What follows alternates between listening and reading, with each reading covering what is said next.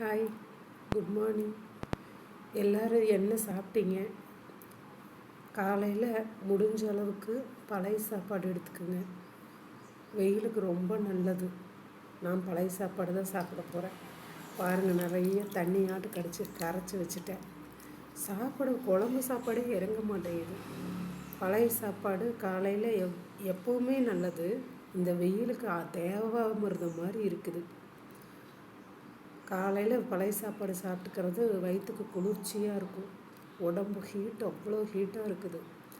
அதனால் முடிஞ்ச அளவுக்கு காலையில் கொஞ்சம் சாப்பாட்டில் தண்ணி ஊற்றி தயிர் ஊற்றி முடிஞ்ச அளவுக்கு சின்ன வெங்காயமெல்லாம் நிறைய வெட்டி போட்டு நல்லா எடுத்துக்கோங்க. நான் உடம்புக்கு ரொம்ப குளிர்ச்சி.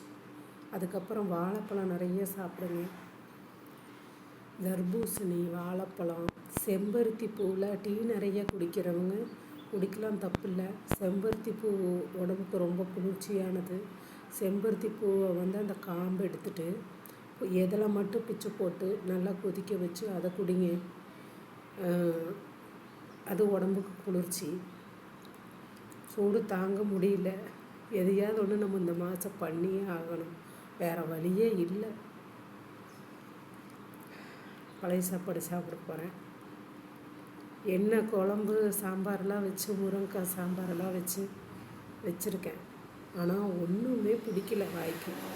காலையில் இந்த பழைய சாப்பாடு ஒரு தேவாகிற மாதிரி அவ்வளோ சூப்பராக இருக்குது. வாங்க சாப்பிட்லாம்.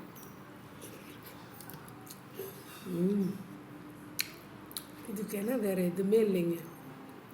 அதுவும் இந்த வெயிலுக்கு சூப்பராக இருக்கும். அதுலேயும் கொஞ்சம் ஊறுகாய், கருவாடு இதெல்லாம் இருந்தால் இதை அடிச்சுக்கவே முடியாது. வாங்க சாப்பிட்லாம்.